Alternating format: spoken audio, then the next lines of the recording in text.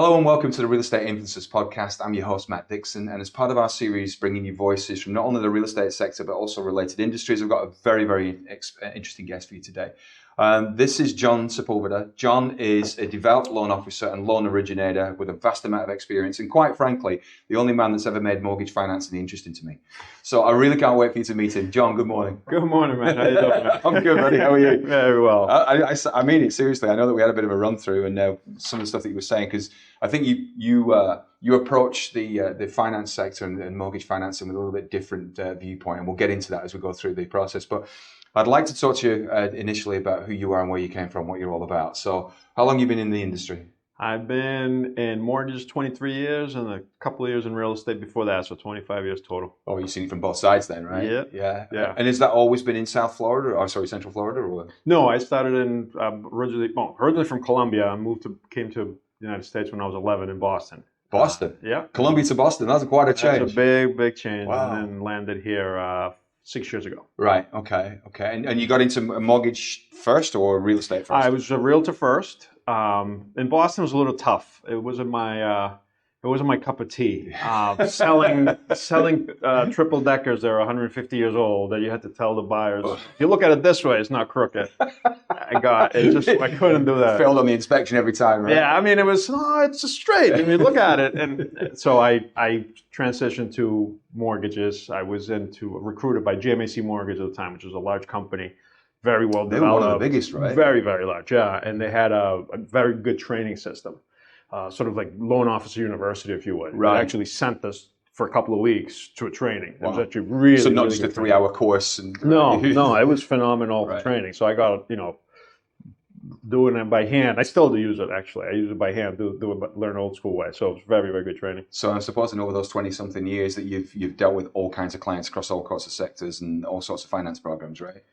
I have, unfortunately to say, I've seen it pretty much. Been around a long time. I've been around, yeah. I've seen the different crashes. I've seen the different changes in the market. I've seen the similarities in the market, and it's it's interesting. But I love doing this. So wait a minute. If you're originally from Colombia, you obviously therefore you speak Spanish. I speak Spanish. You got any other languages or? Well, I speak 3. Some people say 4. Spanish, Portuguese, English, and Bostonian. That's a totally foreign language to most of the people. Nobody else speaks it. Fantastic. So let's talk a little bit about, obviously you're working with Origin Point at the moment, right? Correct. Mortgage company. Yep. So tell us a little bit about Origin Point. Where do they? Origin Point is a company that was formed, a joint venture between Guarantee Rate and Compass Real Estate. It's formed by last year. And Guarantee Rate are huge though, right? Guarantee Rate is a very large company, phenomenal company, great platform for loans. It's really good. Technology is phenomenal. And so that allows you, so if you've got, it's just like, obviously I'm licensed with Compass, and Compass allowed, that technology platform was the big attractor for me coming into this, because I've been doing this for about 25 years as well. So at the end of the day, I needed something that would push my business forward, and the technology was what I was looking for. So did you find the same thing with Origin? I wasn't looking for the technology, honestly. I found the technology, and it's phenomenal. It's the best, in all the 23 years and different companies I work for, it's definitely the best. Right. But I was not looking for that. It's not my, I'm an old school guy. I You're a do it by person. hand. Yeah. I just still do stuff by hand. So the technology wasn't what brought me there, but it is unbelievable. Right. Well, listen, your industry obviously is a very hot topic at the moment. Obviously mortgage loan financing, interest rates, inflation. And I know that as a devout loan officer, you've got to have your eye on all those metrics all the time. Can you give us a little bit of a recap as to where we are and what you think is going on in the market and how we got to this particular point in the market? Sure. So I won't rehash the pandemic, right? As we're all aware. We're all aware of what's going on in prices. We all go to a supermarket and we see that inflation's high. So what's happening is, what happened during the pandemic was the Fed, they thought that inflation was going to be transitory. So they continued the QE, quantitative easing, printing money. And just injecting and pumping them into the economy. And this, sort of, we found out as we're finding out, it's not transitory. It's here to stay. So now the Fed sort of made an announcement. It's been making announcements since March of last year, increasing rates. We went from 0 to 4.25, 4.5, and since March of last year. So in less than a year, we've gone up from 0 to 4.5. Sure. So, straight up. Yeah. And that's causing the economy to, the housing numbers to sort of lag, right? Because it's a lagging indicator, they call it. Sure. So commodities, energy, kind of, show their faces first. Housing sort of comes behind, and that's where we're at. There's a little bit of an effort in a narrative in the media. There's a housing crash coming. There's a housing crash coming. Yeah, we hear it all the time. Yeah. And and definitely rates are up. Properties are more unaffordable. Absolutely.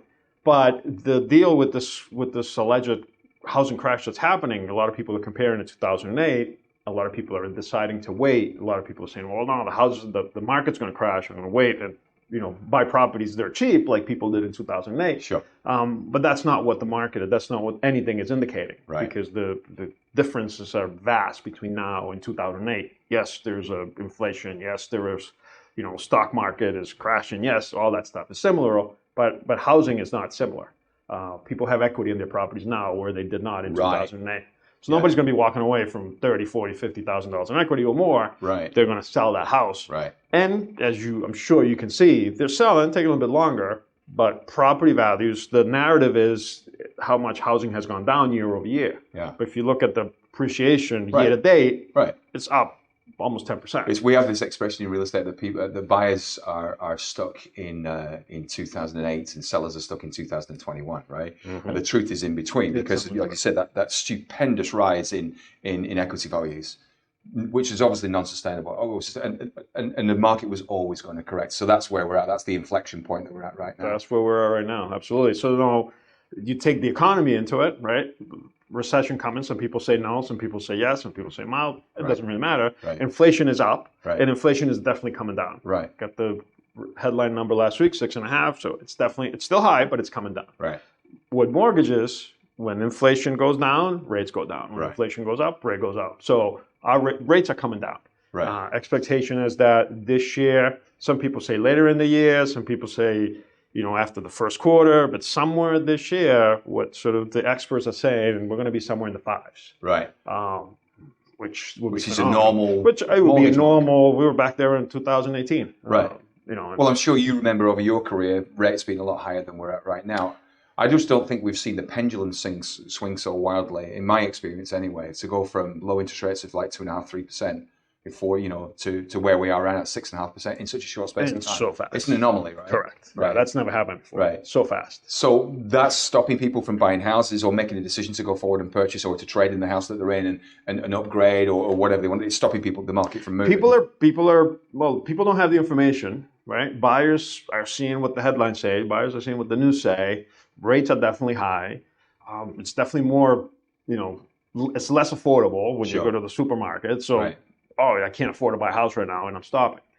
What's happening is, if you look at the numbers and you look at the math, every single case is different because everybody's finances are different. Your finances are different than my finances. Right. So what's good for me might not be so good for you. Right. My need to move house and not everybody's unique. Correct. So people should not take that approach of, the market is bad, the rates are high, and we're not going to buy a house. You should look at your personal financial situation, what your goals are, where you're trying to achieve, where you're trying to go, and then do the math. And so what about if you're renting? What about if you've been sat and you kind of, 2023 is the year that I wanted to buy a house. I've got my down payment. I'm ready to go. I'm looking for the advice. And we'll get into the way that you actually help people in a much more holistic financial sense in a moment. But if you're sat there in a rented property, why would people, move out of a rented property right now? Why would they move forward? Well, if you do the math, 3 years, 5 years, 7 years, and longer, the amount of the rent you pay is what you save out of that, when you come out of that, other than a space for living, for housing, is nothing. You get nothing else. Sure. When you buy a house, you pay down the principal, right? Every month you pay principal and interest. So the payment of principal is a forced savings that we would. So you have an actual savings account in your house. Mm-hmm. So that's something that's happening every month that you make a payment.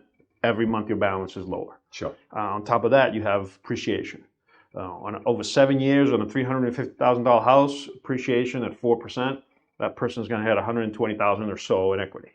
At 4%, it's a pretty conservative number. Past 20 years, real estate in Wall Street has, reached real investment trust. Real estate investment trusts have produced about almost 10%, 9.9% a year for the past 20 years. Right. So that's what the housing market, the real estate market kind of produces, is as a gain, an average for the past 20 years have been almost 10%. Mm-hmm. So using 4% as a conservative number, 7 years, 4%, the math is $119,720. Right. That's the equity that you get on top of the principal that you pay down. Mm-hmm. So after 7 years of renting, somebody has zero. Right. And after 7 years of buying a house, a $350,000 house at 6.5%, I had done the math on this. Mm-hmm. That person's going to have $120,000 in equity. So that's, you're talking about legacy wealth, then, aren't you? You're talking about the traditional way of building wealth for the average family in the United States is to buy property, hold on to it, and then pass that along, sort of thing, right? Well, it's the American dream. Everybody just own a home, white picket fence. And it's you have here in Central Florida, you have a very large number of people moving from not only from other states but from other countries, right? Sort of every day, people are moving. Right? And that's a good question for you. That you mentioned foreign nationals, you mentioned people coming in buying property from other jurisdictions, other countries. Can you help them? Do you have programs to help? 100%. Yeah, foreign national loans are they're not super common and popular, obviously, and there's there are rules and regulations to it, but absolutely, the foreign nationals can buy a home here, a second home, an investment home for sure. And then talking from cradle to grave, so the people that are coming into the market for the first time, you have first-time home buyer programs as well, I take it, right? Correct. And in this market, I feel that this market, and not only I feel, a lot of people kind of feel the same way, that it's a first-time home buyer market is that segment of the population that's going to have sales. Right. In the next couple of years. Right. So a lot of coaching, a lot of companies that work with loan officers, and they're advising loan officers who currently do not work for first-time home buyers, who do more jump or other type of loans, diversify and get into the sector of first-time home buyers. Because in this environment, the rate environment, the pricing that we have, the strategy is use the least amount of out of pocket as possible. Sure. So keep as much money as you can in your possession. Yeah. And use other people's money as much as possible. So use the bank's money, put a down payment. So that's you want to use either a VA loan if you're a VA, or if you're a veteran, if you qualify for a VA loan, USDA loan, 100% financing. Then to that you got conventional loans, FHA loans, 3%, 3.5%, or if you owned the home in the past 3 years, conventional with 5% down. Right. So those are the type of programs that people should be looking at is as little out of their pocket as possible in this situation. But so you mentioned today about programs. So I know that when we talked, and one of the interesting things that I wanted to hear from you about was the way that you approach somebody's whole financial health when you discuss. You're not just talking about take out a mortgage loan, buy a house, that's it, we walk away, and John moves on to the next client. You have a very interesting way of actually approaching people's holistic overall health in the financial side of things. Correct. It's more of being a financial coach. I'm actually a financial coach. I'm a Ramsey certified financial coach. Okay. And a financial educator. Huh. So I can teach groups and I can teach individuals. Okay. Or coach individuals. So I use kind of that sort of training as that approach, right? Because the idea is it's not just what's the rate today, because people, that's how they buy a house. Sure. They'll find an agent, and they'll find a lender, and what's your rate today? And that's all they sort of think about. Right. And there's a lot more to it than that, right? So what are your short-term goals? What are your midterm? What are your long-term goals? What are you going? Is this going to be your forever home? Is this a starter home? How many kids do you have? Where are you going to grow? I mean, it's just a million questions that people need to ask. So the idea is to have a consultation with a buyer first, find out what their goals are, not just the goal of I'm buying a house, but the family as a whole, and kind of put that into the puzzle and put the home into that and help them find a home that kind of fits those goals, those financial goals that they have now. Okay. All right. So then let's talk again, first-time home buyers, people that are already in properties at the moment, people that are looking to upgrade, investment properties, things like that. You're looking at the overall financial health of that person and creating a route map, basically. A plan, basically. Right. Because it's, right now, right, the sort of the theme right now is, marry the house, date the rate, and divorce the landlord, right? So it's kind of with that strategy, right? So if you find the home and that's your forever home, then we're going to look into that. The rate is temporary. We're going to, you should set up in that plan. If you're buying at a higher rate now, 6.5%, I'm not sure what that rate is. Just somewhere around there. Sure. If you buy that rate at 6.5 and rates go down, well, then when you buy at that rate, you have a strategy in place to improve your credit, reduce your debt. So when the rates do go down, you have some equity built up, the rates go down, you refinance the property either to a shorter term if you can, and after your better situation with your debt paid off, your interest, your credit score up, you're going to get a lower interest rate, and you're going to be in a better financial position. Gotcha. And so when you do an initial consultation with somebody, that's the way that your mindset is, because mindset's everything, isn't it? Correct. So you're thinking about, it's not just about, oh, I can get you into a loan, because I know that a lot of mortgage brokers tend to kind of just think about, well, what loan problem can I get you into and walk away? What you're talking about is actually really interviewing that person and finding out what their actual financial needs are, rather than just an easy program to get them into.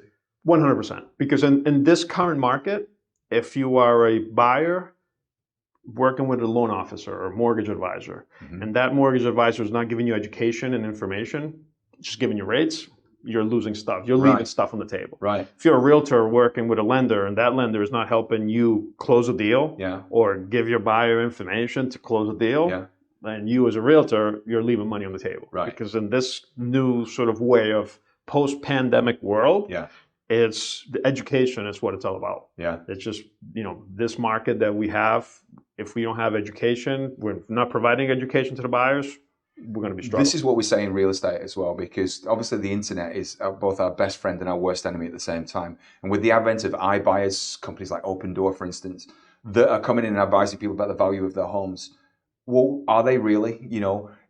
We try to give an advisory service. So what we spend a lot of time profiling, just like yourself, and making sure that those people understand what the value of the home is, or if they're buying a home, what the value of the home that they're buying is and where it sits in a particular market. And you can't do that. It's a personalized service. And I don't think that the internet and the technology that we have, which is all very, very helpful, is only helpful in the respect that it supports your interaction with other human beings and make you kind of profile the client properly, and they understand what they're getting into and what they're getting out of, right? Absolutely. So it's the same approach, right? It's the same, absolutely. Fantastic. Okay, so what about this? So I'm trying to get you to say no to the program. So we've got foreign national financing, you've got first-time buyer programs, refinancing. You do that as well? Yes. Yep. And what about investor loans? Do you do investor loans? Investment loans as well. Yeah. So I guess this is one of the advantages of working for a large company, that you've got a lot of choice in terms of the. Nowadays, it's another. If you don't have, if you're working for a small, shop, right, with very few options, you just don't have a lot of options to offer people. Right. Because the idea is everybody's finances are individual, unique, right? So everybody needs something else. Sure. There are some other programs out there, for investment, DCSR, which is you don't really need the income, you need you qualify of the rental income. There's no ratio programs where you don't put your income down, kind of like in the old days with stated income, but not as dangerous, not 30-year fixed, and there's a lot of parameters in place. So there's an array of programs that people can utilize. The more risk that you bring to the table to a lender, the higher your interest rate is going to be. Right. Okay. So, and in a rate environment where rates are high, those type of programs are much, much less appealing. Sure. However, for somebody that's renting or needs to buy a house, that might be a temporary solution, right? So it's not for everybody, but everybody's situation. So again, is a unique approach for every situation. You have to. If you don't do a unique and individual approach and you use the cookie cutter approach, you get what's the rate today? Sure. I can close in 30 days, or I have the best service. Yeah. Everybody does that nowadays. If you don't have that, you shouldn't be in business. And talk to me about 2-1 buy downs and 3-1 buy down programs, which we've seen recently coming into the market. So how do they work? So they're not recent. They've been around forever. Okay. It's just that they're recent because they're not used when rates are low. Right. So rates have been so low for so many years that there's a lot of lenders and realtors in the industry that when these came out last year, they'd never heard of them. They didn't know what it was. I'd be amazed how many realtors go, what is that? What's a 3-2-1 buy down? The way that works is either 3-2-1 or 2-1 buy down. You take the starting rate, let's say, using that same example, 6.5. If you do a 3-2-1, the first year that rate goes down 3 points. So it's 3.5. Second year goes down 2 points, 4.5. Third year goes down 1 point, 5.5. Fourth year, it would level at the original rate. The market rate. At the market was at 6.5. Right. Okay. If the rates have been down, at that point, then you refi into a shorter term, and that's sort of the approach that's being used right now, right? So it's a program that has to be paid for by the seller. So it comes from a seller contribution. Right. Okay. And so now everybody's selling 2-1 buy downs and do 2-1 buy down and great. Right. So I take that and I use that approach a little bit different. So I don't just use it to, hey, the rates are really high, have a lower payment for 2 or 3 years, right? Because it's going to go back up anyway. My approach is let's use the seller's money, the contribution they're giving you. Let's look at your debt. Let's give you a debt sort of payoff plan. Let's use that money for those 2 or 3 years, the excess money that you're saving, and put it towards your paying off your debt, reduce your debt, increase your credit score. When the rate buy down adjusts within 2 or 3 years, when it's time to refinance, you're going to be in a better position to refinance with a better rate. So it's fiscal responsibility, basically, is what you're talking about. And use other people's money. Right. Robert Kiyosaki is one of my favorite books. Rich Dad Poor Dad. Sure. 4 quadrant is OP, other people's money. So it's quadrant 4, right? Quadrant 4. Yeah. Use the seller's money. Use the bank's money, down payment, low down payment to buy the house. Use the seller's money to pay off the debt while you're in that house, and then refinancing into a better position. Thank you for that, John. That's a really interesting explanation of everything as well. So next steps then. So let's say there's somebody listening or watching that wants to kind of find out about what if they just want figures at this particular point, or whether they want to do an application and everything in between. How do they contact you? What do they do to move things forward? Reach out to me. We'll put my contact info on the video, and we'll have a consultation. Awesome. I do a consultation with everybody. We'll do a video consultation. I have a whole bunch of tools that depending on the person's, what their needs and what they're looking for. Sure. We don't need to pull credit, or we don't need to spend any money. We don't need to do anything. We just need to have a conversation. Sure. So I can see where you're going, what you're trying to do, and I can try to give you a roadmap to get there. Wonderful. Well, thanks for that. We always finish off our interviews, by the way, with interesting people like yourself with a quick fire round. It's kind of a off the cuff kind of, just throw some questions at you so people can get to know who you are. Sounds good. So firstly, what area do you live in Orlando? I live in Avalon Park. Where's Avalon Park? And East Orlando. Why do you live there?